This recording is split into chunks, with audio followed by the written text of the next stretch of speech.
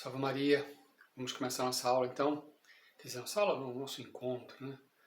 Hoje, por uma série de questões de várias de vocês não poder estar participando presencialmente, eu resolvi gravar assim em vídeo, né? Se eu fizesse uma transmissão via WhatsApp, quem não pudesse atender o chamado não conseguiria participar da aula, né? Então eu estou gravando em vídeo, vou gravar em uns 2 ou 3 vídeos separados, tá gente? Porque é para não ficar muito grande. E vamos fazer a nossa aula então assim, dessa forma, dessa vez, tá? Deixa eu só acertar aqui. Tá melhor assim, né? Vamos começar então rezando a nossa Ave Maria. Em nome do Pai, do Filho e do Espírito Santo, amém. Ave Maria, cheia de graça, o Senhor é convosco, bendita sois vós entre as mulheres e bendito é o fruto do vosso ventre, Jesus. Santa Maria, Mãe de Deus, rogai por nós, pecadores, agora e na hora de nossa morte. Amém. Bom, nós paramos no 20º parágrafo na última aula, né? E hoje a gente continua fazendo aí o 21º até o 40º. Vamos ver aí, né? Então, vocês se lembram que nós estamos fazendo o primeiro artigo, aquele que eu falei com vocês, que fala da necessidade da devoção à Virgem Santíssima, explicando o porquê disso, dessa frase, já que a Igreja afirma para a gente, muito sabiamente, que não há necessidade da devoção à Nossa Senhora para se salvar, né? A salvação vem de nosso Senhor Jesus Cristo, só Ele que salva, né? Só Deus salva, através de nosso Senhor Jesus Cristo, né? Mas que ele afirma isso, São Luís Maria Grande Montfort, da necessidade da devoção à Virgem Santíssima para a gente se salvar. Eu expliquei para vocês que é uma necessidade hipotética, Deus quis assim, e eu lembro para vocês de uma forma mais didática que, para que a gente possa cumprir aquilo que Deus pede a gente, para que Ele possa nos salvar, cumprimento dos 10 mandamentos, a frequência, os sacramentos, a oração, uma vida de santidade, para que a gente consiga fazer isso, viver isso dessa forma na nossa vida, a gente precisa do auxílio de Nossa Senhora. Daí a necessidade dela. Nossa Senhora nos ajudando, a gente consegue fazer. Se Nossa Senhora não nos ajudar, a gente não consegue fazer. O ser humano é muito fraco e frágil diante das coisas do mundo. E isso tem um fundamento naquilo que nosso Jesus Cristo disse, que a gente não consegue nem dizer Senhor, Senhor, se a gente receber a graça de Deus. Então tudo de bom que a gente tem, a gente faz por uma graça de Deus. Já que todas as graças vêm a nós pela Virgem Santíssima, nós precisamos de uma forte devoção à Nossa Senhora para que a gente consiga viver santamente. E assim são todos os santos, tá? Todos os santos, os maiores santos, todos eles eram devotos da Virgem Santíssima. Eu tenho citado alguns para vocês aqui. Então, nesse capítulo que fala dessa necessidade, tem um primeiro artigo, né? Artigo 1º, né? Que diz, só lembrar vocês, na página 20, na minha página aqui é 25 e 26, né? É no parágrafo 16, é o primeiro parágrafo do primeiro princípio, né, deste capítulo, né? Esse capítulo fala sobre a necessidade de devoção à Santíssima Virgem. O primeiro princípio desse capítulo, está no artigo 1, diz assim: Deus quis servir-se de Maria na encarnação. Eu expliquei um pouquinho para vocês na última aula, a gente conversou até o parágrafo 20, né? Eu não vou ler todos os parágrafos, tá, gente? Imagino que vocês tenham lido em casa os parágrafos todos, então a gente ganha um tempinho eu não lendo tudo, tá? Só vou ressaltar pontos de cada um desses parágrafos. Por exemplo, agora o parágrafo 21, que diz assim, né, o início dele: não se quer dizer com isso que a Santíssima Virgem dê fecundidade ao Espírito Santo, como se ele não a tivesse. Vocês se lembram que no 20º parágrafo, o santo diz que o Espírito Santo, que era estéril em Deus, isto é, não produzia outra pessoa divina, tornou-se fecundo em Maria. E eu tento explicar a vocês, né, várias coisas no livro, como eu falei com vocês, são de profundidade teológica muito grande. Precisaria de um pressuposto para que a gente possa entender tudo. Eu vou tentando colocar esses pressupostos para vocês muito rapidamente. Era para ser muito mais profundo, mas infelizmente a gente não vai ter tempo para tudo isso, né? Temos que fazer um curso de teologia para isso. Então, o que quer dizer que o Espírito Santo é estéril em Deus?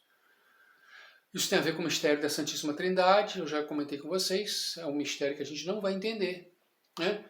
Mas que tem alguma luz que Deus permite que tenha sido lançado sobre esse mistério através de alguns santos, entre eles Santo Agostinho, tem falado muito de Santo Agostinho ultimamente, né? E São Tomás de Aquino, né? Então, diz assim ao ensinamento da igreja, né? Que Deus, conhecendo-se a si mesmo, se ama profundamente e esse amor dele gera uma segunda pessoa, que é o Filho. Então, o Pai, né, conhecendo-se a si mesmo, amando-se a si mesmo, ele gera uma segunda pessoa, que é o Filho. O amor que ele tem por esse filho, o amor desse filho por esse pai, é tão grande que gera uma terceira pessoa, que é o Espírito Santo. Então, Pai, Filho e Espírito Santo. Né? Usando uma tríade de Santo Agostinho, o que ama, o que é amado e o amor. Né?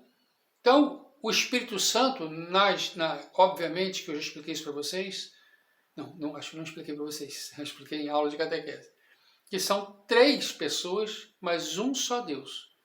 As 3 pessoas são iguais. Não há um que é maior que o outro. Eles são iguais, plenamente iguais. Não quer dizer que, por serem iguais, quer dizer, os 3 são iguais, os 3 estão sempre agindo juntos, mas mesmo assim, cada uma dessas pessoas tem uma ação específica. Né? Então, a encarnação se deu pela segunda pessoa da Santíssima Trindade.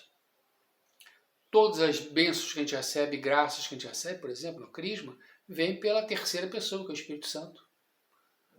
O Criador de tudo, a gente diz que é a primeira pessoa, o Pai, Deus Pai Criador. Não quer dizer que quando Deus Pai criou, as outras pessoas não estivessem junto com Ele.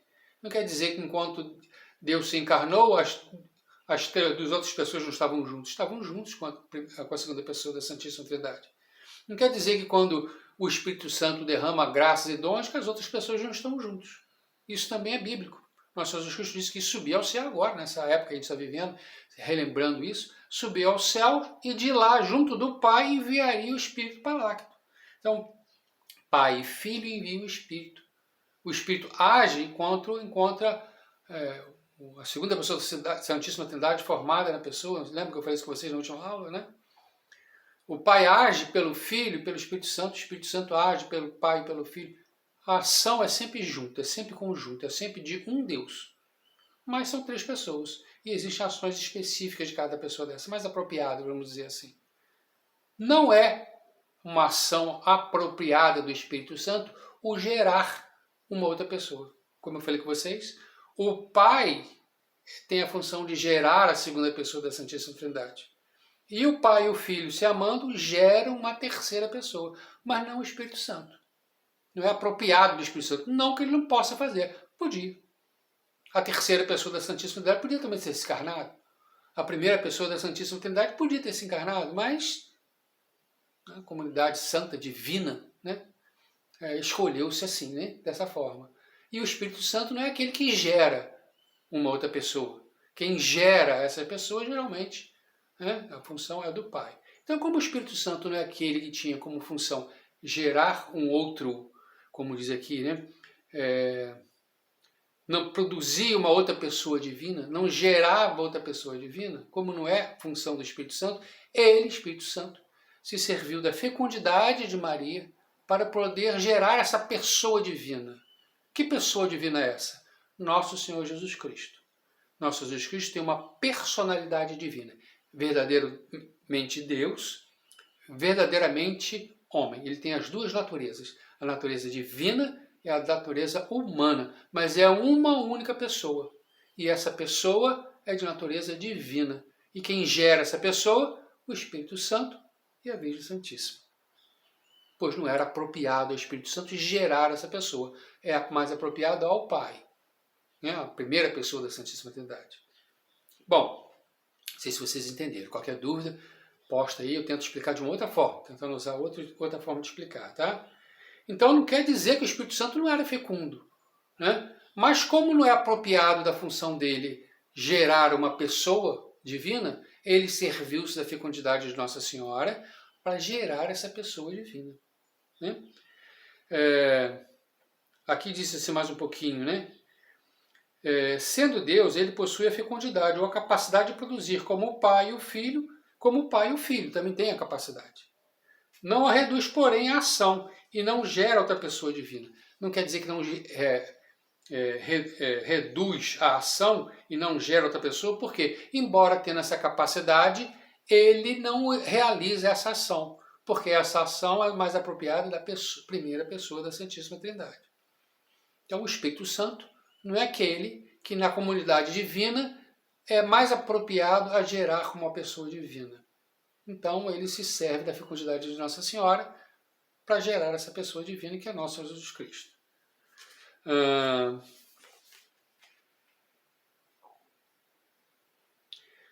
Eu comentei até isso com vocês na outra aula, né? O quão importante é sermos devotos de Nossa Senhora para que o Espírito Santo, encontrando a Virgem Santíssima em mim, produza em mim Cristo. Cristão tem que ser um outro Cristo. E para que o Cristo seja formado em mim, é necessário que o Espírito Santo encontre a Virgem Santíssima também habitando no meu coração. Então, esse é um sentido dessa devoção à Nossa Senhora, né? Fazer-nos devotos da Virgem Santíssima, para que o Espírito Santo, encontrando ela no nosso coração, forme em nós o Cristo e sejamos outros Cristos. Tem uma frase que eu falei com vocês, de um santo, diz que Christianis alter Christus, né? Cristão é um outro Cristo. Então, se a gente quer ser assim, se a gente quer seguir esse modelo do nosso Jesus Cristo, a gente precisa da presença do Espírito Santo e da Virgem Santíssima no nosso coração, porque ele forme Cristo em nós. Da mesma forma que o Espírito Santo, sobre a Virgem Santíssima, gerou essa pessoa divina que era nosso Senhor Jesus Cristo. Não tem nada aí de estranho, não tem nada aí de muito absurdo para a gente tentar entender, não, tá? Segundo princípio, aqui já diz o parágrafo 22. Deus quer servir-se de Maria na santificação das almas.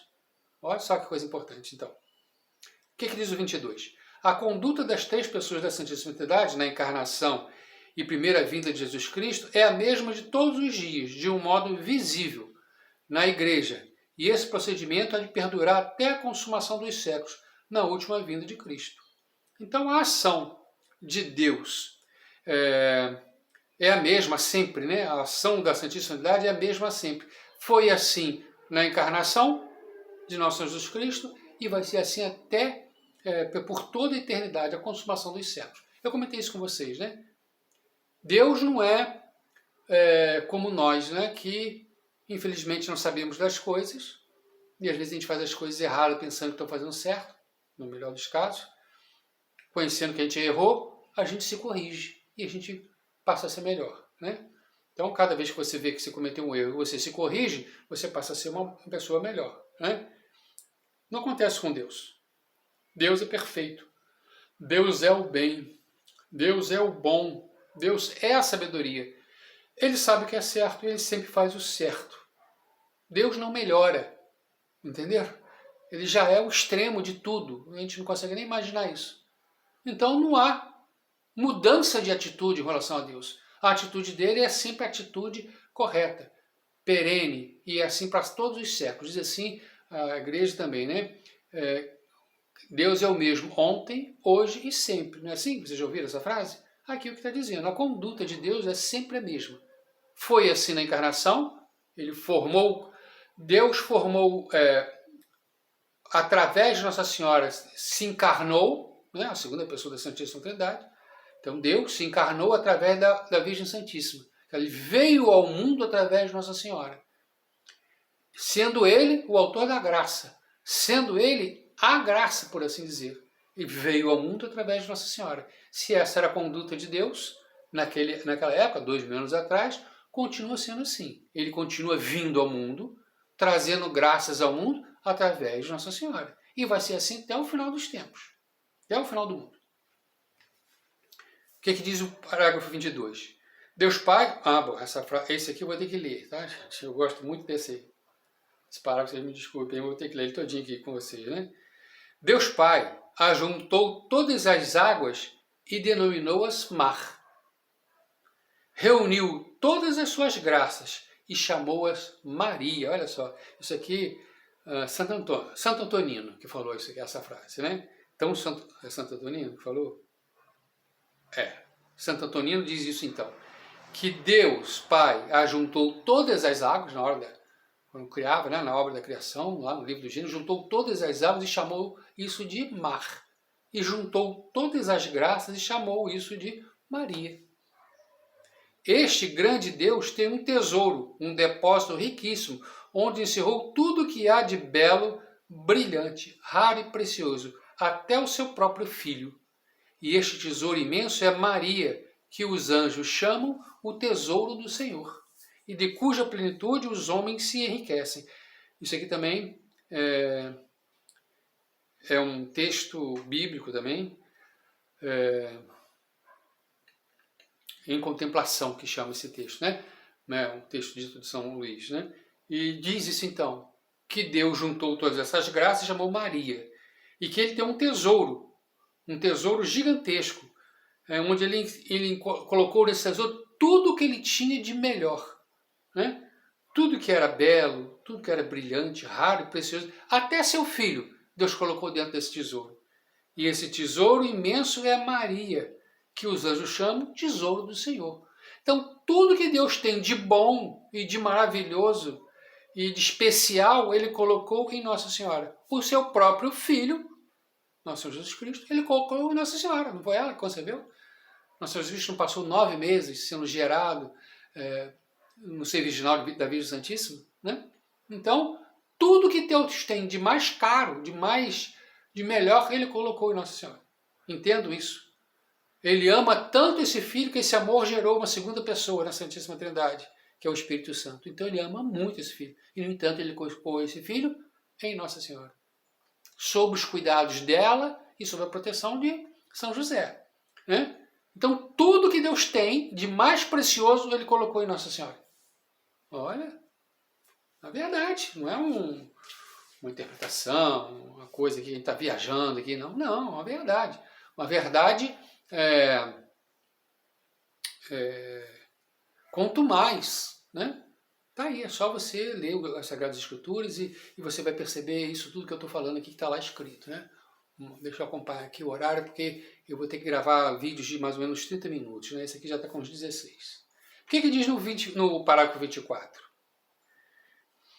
Deus Filho, então o que Deus Pai? Deus Pai juntou todas as graças, as águas chamou de mar, juntou todas as graças, chamou de Maria. E tudo que ele tinha de mar maravilhoso, ele colocou em Nossa Senhora.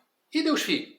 Deus Filho comunicou à sua mãe tudo que adquiriu por sua vida e morte, seus méritos infinitos e suas virtudes admiráveis. Fê-la tesoureira de tudo que seu pai lhe deu em herança. É por ela que ele aplica seus méritos aos membros do corpo místico, que comunica suas virtudes e distribui suas graças. É ela o canal misterioso, o aqueduto, pelo qual passam abundantemente e docemente suas misericórdias. Então o que ele afirma aqui também, junto com a igreja, né?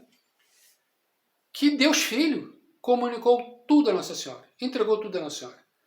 Todos os seus méritos, todas as suas virtudes, tudo ele entregou a Nossa Senhora. Fez ela tesoureira de tudo que ele alcançou do Pai. Então entendo, todo mundo que se salva pelos méritos de nosso Senhor Jesus Cristo. Tudo que tem de bom, tudo que Deus trouxe de bom para nós, ele conquistou, nosso Senhor Jesus Cristo, através do seu preciosíssimo sangue. A igreja é fruto do preciosíssimo sangue de nosso Senhor Jesus Cristo. Os sacramentos são fruto do preciosíssimo sangue de nosso Senhor Jesus Cristo. A vida que a gente está tendo na graça e a possibilidade de salvação é fruto do preciosíssimo sangue de nosso Senhor Jesus Cristo. Ao morrer na cruz, obediente a Deus, ele alcançou para a gente aquilo que a gente não ia conseguir alcançar, que era abrir de novo as portas do céu para nós. E nós, quando nos apresentamos diante de Deus pedindo isso, pedindo a vida eterna, pedindo a santidade, pedindo para viver junto de Deus, os nossos pecados, nossos erros, só são apagados pelos méritos de nosso Senhor Jesus Cristo. Acontece que ele é Deus. Subiu ao céu, ele vai fazer com esses méritos? Ele já era Deus, ele não precisa desses méritos. Nosso Senhor Jesus Cristo não precisou ser salvo, ele é Deus, né? Então os méritos que ele recebeu valem de quê para ele? Valem para que possa ser derramado sobre essa humanidade que está aí, e que essa humanidade que está aí, que somos nós, possamos usar esses méritos para alcançar essa salvação. Bom, e aonde que ele deixou esses méritos? Deixou com a Virgem Santíssima. Nossa Senhora é tesoureira das graças do Senhor. Quem reza aqui, ela daí, a Nossa Senhora reza isso lá, né? Tesoureira das graças do Senhor. É ela que dispensa essas graças, esses méritos, sobre a humanidade, para salvar as almas, em nome de nosso Jesus Cristo. Né? Então é o que ele diz aqui, ó. Ela é o canal misterioso para essas graças, através de Nossa Senhora, essas graças chegam a gente. Você lembra que eu falei com vocês de São Francisco? Né? Próximo de sua morte, já olhando assim, ele teve uma visão, uma escada que saía da terra e subia ao céu, em cima uma luz, algo como uma porta que se abria, uma coisa que se abria, e lá ele vê a Virgem Santíssima no alto da escada, e ele entendeu que Nossa Senhora era a escada pela qual nós, as almas, chegam até o céu. Esse é o caminho, essa é a escada, esse é o aqueduto, como diz aqui, né? Acho que eu falei com vocês de aqueduto, né? É aquela tubulação que leva a água. A água é símbolo de vida. Então, acho que, se não me engano, São Bernardo chama Nossa Senhora de aqueduto, porque ela é o canal por onde as graças vêm para a gente e de onde voltam. Mas de onde? Eu acabei de dizer. Deus nos encarnou através de Nossa Senhora, esse é o canal que veio a graça ao mundo. Deus é a graça. Então, como é que a gente faz o caminho de volta para a gente ir a Deus? A gente pega esse mesmo caminho que ele veio, que mostrou para a gente, que é a Nossa Senhora, e voltamos ao céu, ou vamos ao céu, através de Nossa Senhora. Esse é o caminho. Caminho esse que nosso Jesus Cristo percorreu e mostra para a gente, é esse caminho que eu quero que vocês percorram. O que é que diz o 25? Deus, Espírito Santo, comunicou a Maria, sua fiel esposa, seus dons inefáveis, escolhendo-a para a dispensadora de tudo que ele possui. Deste modo, ele distribui seus dons e suas graças a quem quer, quando quer, como quer e quando quer. E dom nenhum é concedido aos homens que não passe por suas mãos virginais. Não tem dom, graça que chegue ao ser humano que não passe pela mão de Nossa Senhora. Mesmo de quem não é devoto de Nossa Senhora, as graças que ele possa receber vêm pelas mãos de Nossa Senhora. Olha só, porque Nossa Senhora não quer ter esse mérito, ela quer a salvação das almas. Então não importa para ela que você seja grato a ela. Importa para ela que você seja grato a Deus. Tal é a vontade de Deus que tudo tenhamos por Maria, e assim será enriquecida, elevada e honrada pelo Altíssimo, aquela que em toda a vida quis ser pobre, humilde, escondida até o nada. Eis a opinião da Igreja e dos santos. Né? São Bernardo, São Bernardino de Siena, falam isso. Mais adiante a gente vai falar um pouquinho disso aqui. Falam a respeito desse tema, né? De que Nossa Senhora quer que Deus quer que Nossa Senhora seja honrada e que ela seja conhecida, que sejamos devotos dela. Ela falou isso em Fátima, que Deus queria que a humanidade fosse devota do Imaculado Coração de Maria, porque ela sabe, Deus sabe que esse é o caminho mais perfeito para chegar a Ele, né? Então o Espírito Santo derrama todas as graças através de Nossa Senhora, e Ele quer que Nossa Senhora, sua fiel esposa, seja conhecida, para que, conhecendo a ela, todos possam receber essas graças que Ele derrama e possamos, assim, almejar o céu. Então, essa é a vontade do Espírito Santo. Então, eu falei com vocês da relação de Deus Pai, de Deus Filho, de Deus Espírito Santo com Nossa Senhora. Então, entendo isso. É muito importante a gente entender que as graças que a gente recebe vêm, como eu estou falando, pelo Espírito Santo, os dons, e que esses dons e essas graças vêm a gente através de Nossa Senhora. Por quê? Porque Deus veio ao mundo encarnado através do Espírito Santo e da Virgem Santíssima. Ele é o autor da graça e é a graça. Então, se a graça veio ao mundo pela mão do Espírito Santo e Nossa Senhora, que é Deus, se nós queremos receber essa graça, que é Deus, que é Cristo, nós precisamos ser devotos da Virgem Santíssima para que o Espírito Santo, encontrando em nosso coração, forme Cristo em nós. Nos conceda as graças que a gente precisa. Não é só as que a gente pede, não. As graças que a gente precisa para alcançarmos a vida eterna. Importante, hein, gente? A gente tem que entender isso profundamente. A função da devoção à Nossa Senhora.